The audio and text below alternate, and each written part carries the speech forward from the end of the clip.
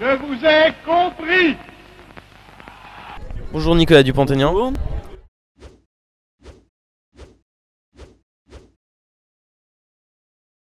Quel projet portez-vous à part le rejet de tous les partis politiques, en quelques mots? Un projet de rétablissement de l'ordre public et un projet de croissance économique et sociale pour que chacun puisse vivre de son travail en France.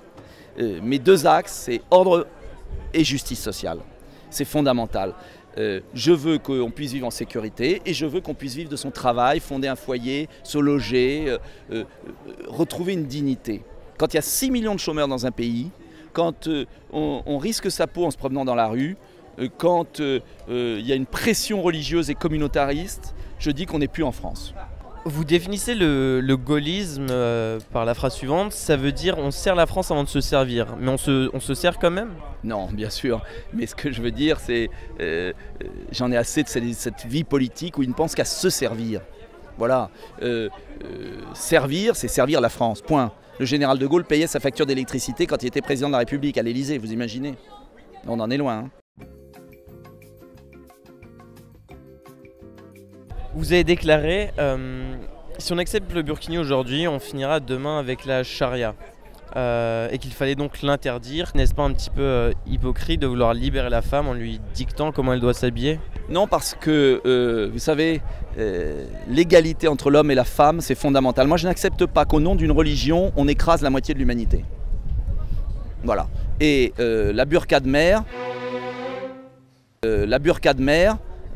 le burkini, c'est d'enfermer le corps de la femme, et c'est pas la France. Voilà. Et j'estime qu'on n'a pas fait la Révolution française, il n'y a pas eu le droit de vote des femmes, il n'y a pas eu la libération de la femme pour qu'on l'enferme, je n'ai aucun complexe à le dire. Je respecte la religion, chacun peut vivre sa religion comme il l'entend, en revanche, on n'a pas le droit d'écraser la femme au nom de la liberté. On n'a pas le droit de se promener en laisse. Voilà, il y a certains codes.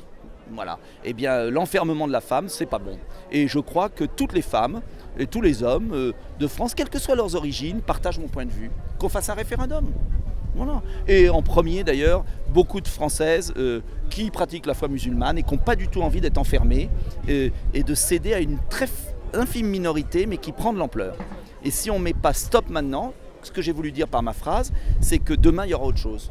Et puis à la fin, on s'aperçoit qu'on est comme dans l'Émirat islamique, dans l'État islamique, où les femmes sont traitées comme des chiens. Ben, je ne veux pas de ça en France. Votre dernier livre s'appelle France, lève-toi et marche. Vous voulez marcher comme Emmanuel Macron? D'une autre façon, mais toute personne qui veut marcher, c'est déjà bien. Mais le problème d'Emmanuel Macron, c'est qu'il est en marche sur les couvertures des magazines People, mais qu'il est à genoux devant la finance. C'est quand même l'homme qui a fait baisser les pensions de retraite et les salaires en France depuis 5 ans. Mais c'est pour ça d'ailleurs que l'oligarchie financière, certaines presses l'aiment tant. Hein. C'est mieux d'avoir comme marionnette un type sexy, pas con. Voilà pourquoi tout à coup, toute la presse rue sur Macron, enfin la presse, une certaine presse. Parce qu'il fallait trouver à nouveau, quoi. Chez nous, on aura le produit de Rothschild. Mais c'est pas ça que je veux pour la France.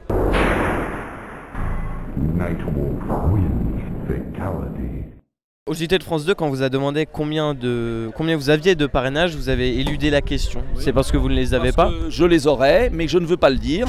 Parce que si j'en dis que j'en ai beaucoup, on va dire que j'en ai pas besoin. Si j'en dis que j'en ai pas assez, on va dire que je ne les ai pas. Je les aurais, ça avance très bien, mais je donnerai le chiffre au dernier moment que j'aurai. Quel message avez-vous envie de transmettre aux jeunes aujourd'hui? Qu'ils aillent voter.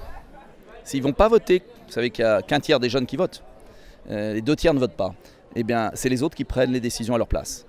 Et en démocratie, il faut toujours aller voter.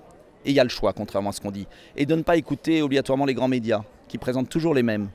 De se faire leur idée par eux-mêmes. Par eux-mêmes. Se prendre en main. Parce que sinon, ils vont crever.